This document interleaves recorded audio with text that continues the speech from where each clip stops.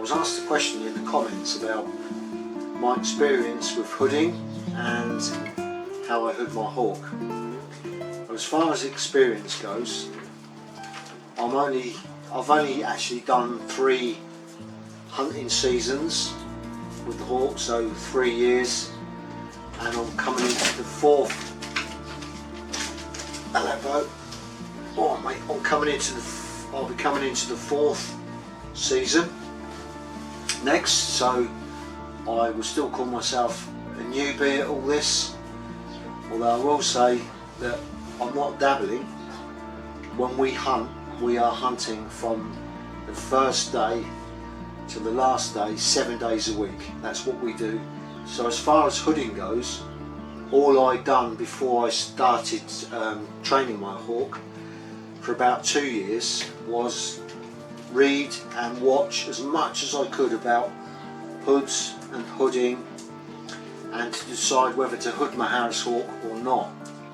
Fortunately, the chap that is a good friend of mine now over the years, he's been doing falconry for 35 years, he lives just down the road, he's flown all sorts of different birds. He said to me, hood your Harris hawk, and I didn't know any different. So I researched hoods. I couldn't quite work out how these worked. I was fascinated by the way that when you pull it, it closed up. But once you understand how that happens, I mean, the opening is straightforward, but it's pulling to close it that I couldn't quite work out. But I bought a couple of these hoods. I think I had 3 or 4 of them before I even had my hawk, because I wanted to have a look to see how they worked, and I took them apart and then put them back together, and basically you've got a couple of tails that are loose for pulling closed, and for opening you've got the short tails. So long ones close, short with a knot undo. There are videos on YouTube about making these, so if you're really interested, it's not worth me trying to explain. It's a little difficult to explain, but if you see them being made, you can see exactly how they work if that's what you want to do. So there's loads of videos on YouTube about hooding hawks, and these guys have been doing it far longer than I have. So what I suggest is you go over and just put in falconry hooding and have a good look and look at it all, because you might find that some things you like, some things you don't like, and you know, you just take what you want. And as your falconry progresses, you can then decide. When I first got my Harris hawk, this was the hood that was on the hawk. It's a lovely little hood, but I find it's just a little bit too short. Now I've had a bit more experience, it goes on, but he can just nod his head forward and it comes off quite easily, even if I've got the braces slightly adjusted beforehand. Now is a hood that my mate gave me from down the road.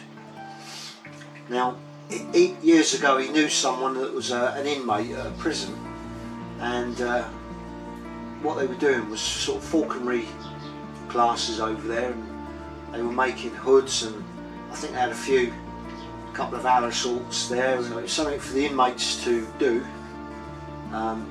learn some skills, and hopefully come out and maybe have a lifestyle change, maybe get into some falconry. So he gave me this hood, and my hawk Woody, this seems to be just right. So it's a little sentimental as well. My mate gave me this, and knowing that it was made by some inmates, I thought it was quite a nice little thing. So that hood is what I use, that's my go-to.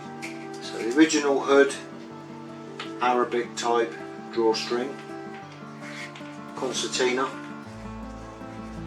and the little one I got off eBay was also concertina, like Arabic style.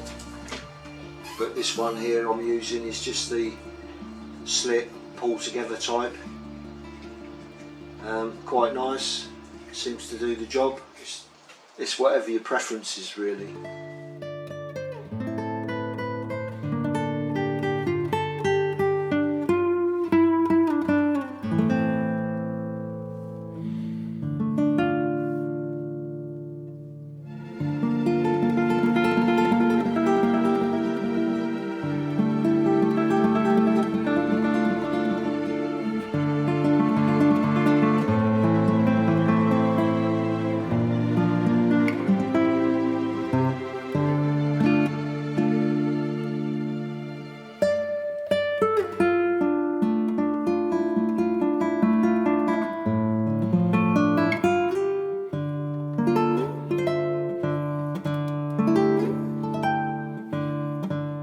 So as you can see, he's at a weight where he can be a little bit fussier.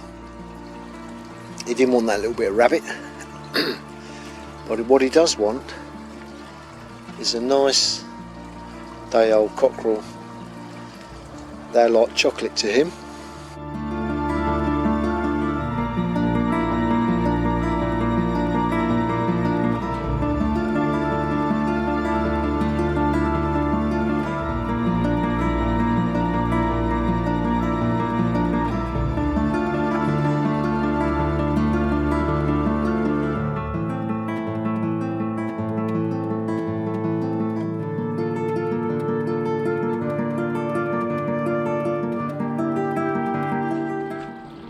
Just re-greased his anklets and his flying jesses,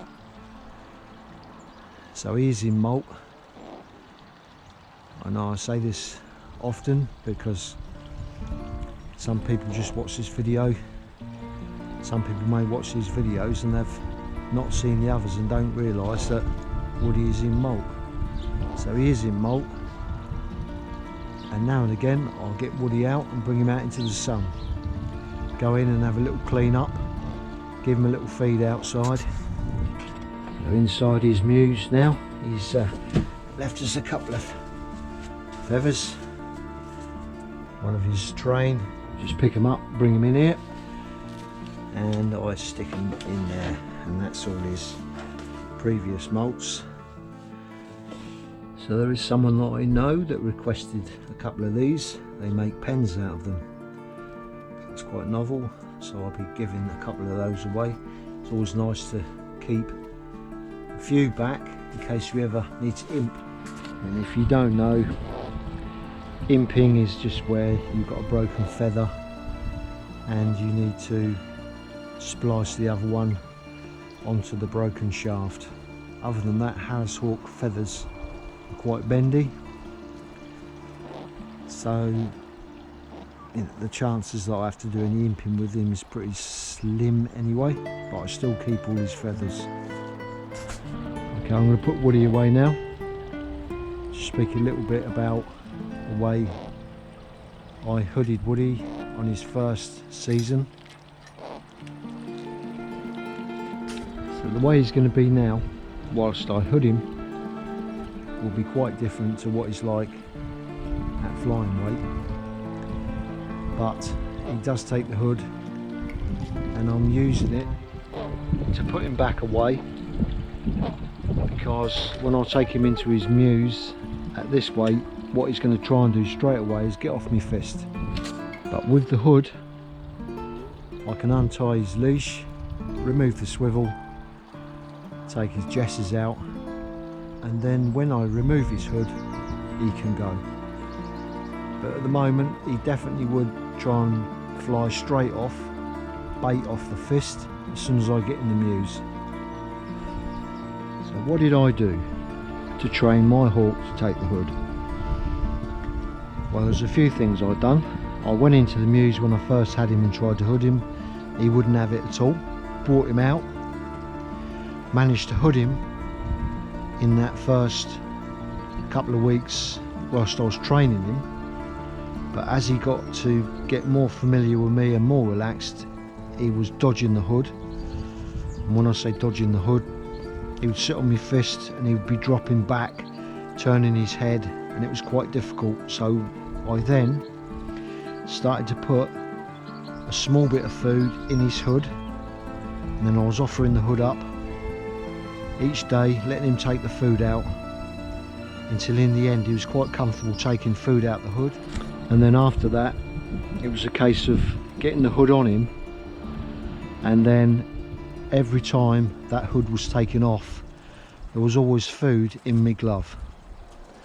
So it was hood on, hood off, straight down, reward.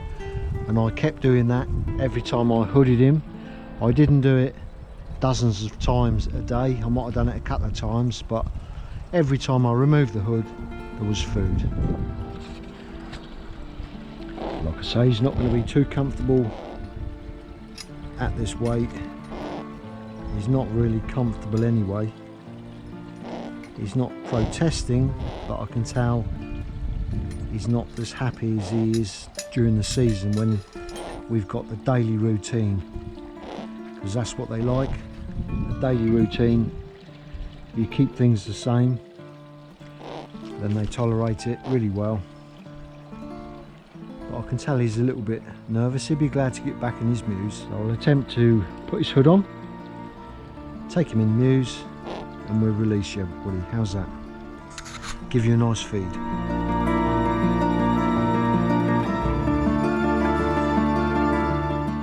So he knows what the hood is.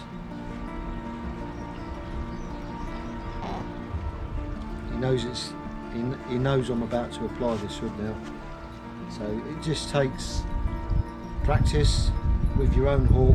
I can see he's already waiting for this hood to come round. It's not going to be so receptive today. I hold it that way rather than just by the tip. Turn his head, and on she goes.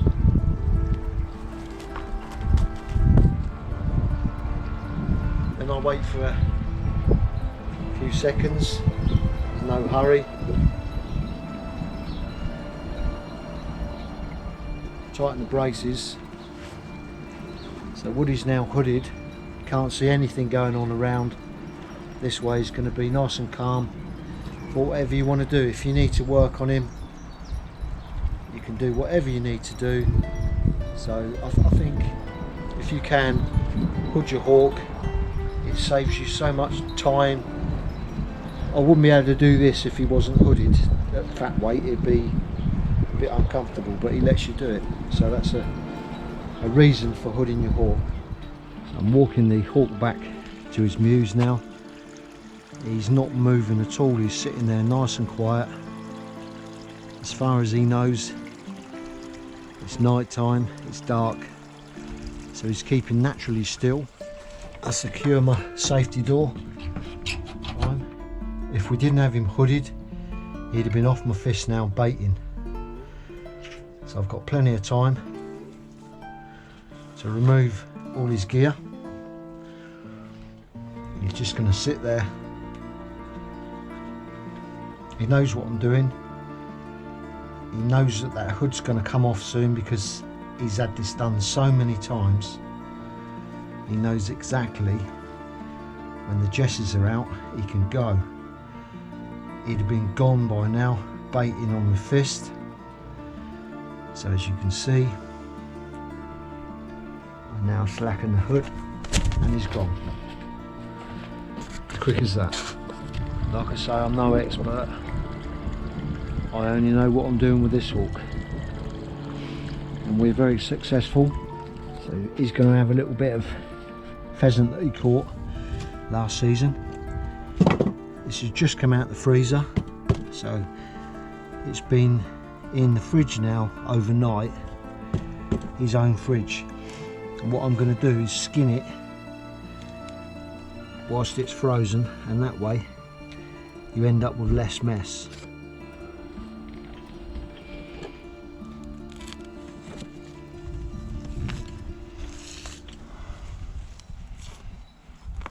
So I'll remove the feet and the legs, and then whilst I've got the meat is still frozen, the skin is thawed, and I can separate that off there. So I want another cut through there. This is in front, just where the rock will be. Take the wing off.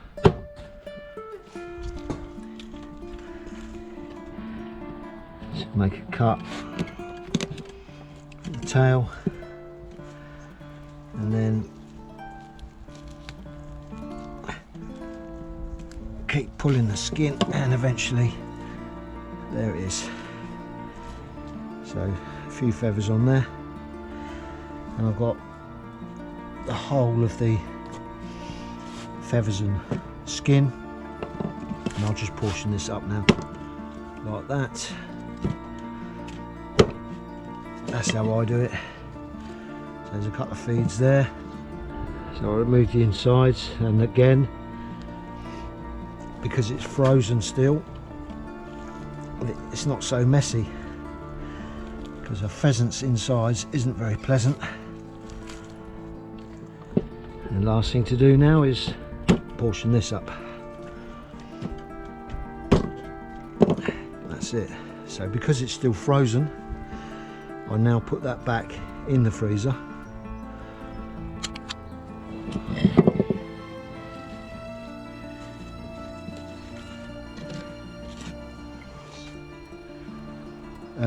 I've had it in water now for a few hours, thawed it out. I'm going to feed that to him now. But what I'm going to do is break the bone up into smaller parts, so he's got some bone as well. Now some people say don't do that. I've been doing it. My mate's been doing it for years. We've had no trouble. He's had no trouble. I'm just going to cut it into smaller pieces, so I want him to digest that bone as well.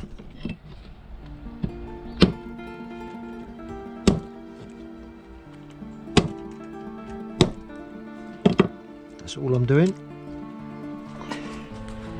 When he does cast, normally there's not much bone in it. Just go and give that to Woody. Yeah, mate. Again, don't do what I'm doing. You might be told feeding your hawk like that will start it screaming, but this is what I do with my hawk, and he's fine. But like I say, we are out 7 days a week. If you weren't doing that, then your hawk might start screaming at you for food. As soon as the season begins, we'll be out flying Monday to Monday, and that hawk will be on catching his own food immediately, and all he sees me for is a hunting partner that takes him out. He knows he's catching his own food, so he doesn't need to scream at me. I know we can always say things that might seem wrong. Someone said something else. There's lots of different ways of doing things. This is the way I'm doing it, and we're successful. So that's it from us. We're not putting a great deal of videos out because I've done this molting videos through the other 3 molts. There's no point in keep doing the same thing.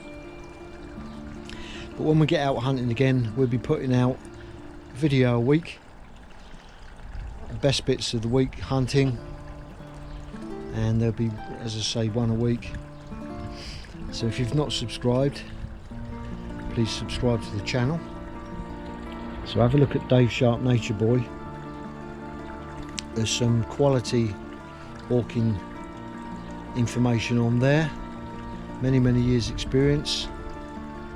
I'm just doing what I do with my hawk, but there's plenty of other good channels about to watch, and look at them all, pick your own way through, make your own mistakes. We've made a few, some I've mentioned on other videos, and that's how we learn. So happy molting, happy hawking, good luck, and enjoy yourself. That's the main thing. Look after your hawk. Don't bother doing it if you're going to dabble at it. You need to be committed. I'd just like to say a quick thank you to everyone that's bought some clothing from our Free Bird of Reason Falconry shop, and the commission all goes to Moulting Your Own Disease. So we sold a few bits and pieces, and the commission that I've just received was £70 commission, and that has been sent off to Moulting Your Own Disease MND charity, and we're going to continue with that. I'll put a link below in case you want to buy a bit of clothing. It's a good cause. As I say, thank you very much for anyone that bought some clothing in the past. Next weekend, it's Bank Holiday weekend, and we're going to Highclere Castle Sunday, Monday. It's called the Highclere Show or County. If you're there and you see us or recognise us or recognise Bo, Chewy, please come over and say hi. It's always nice to see people.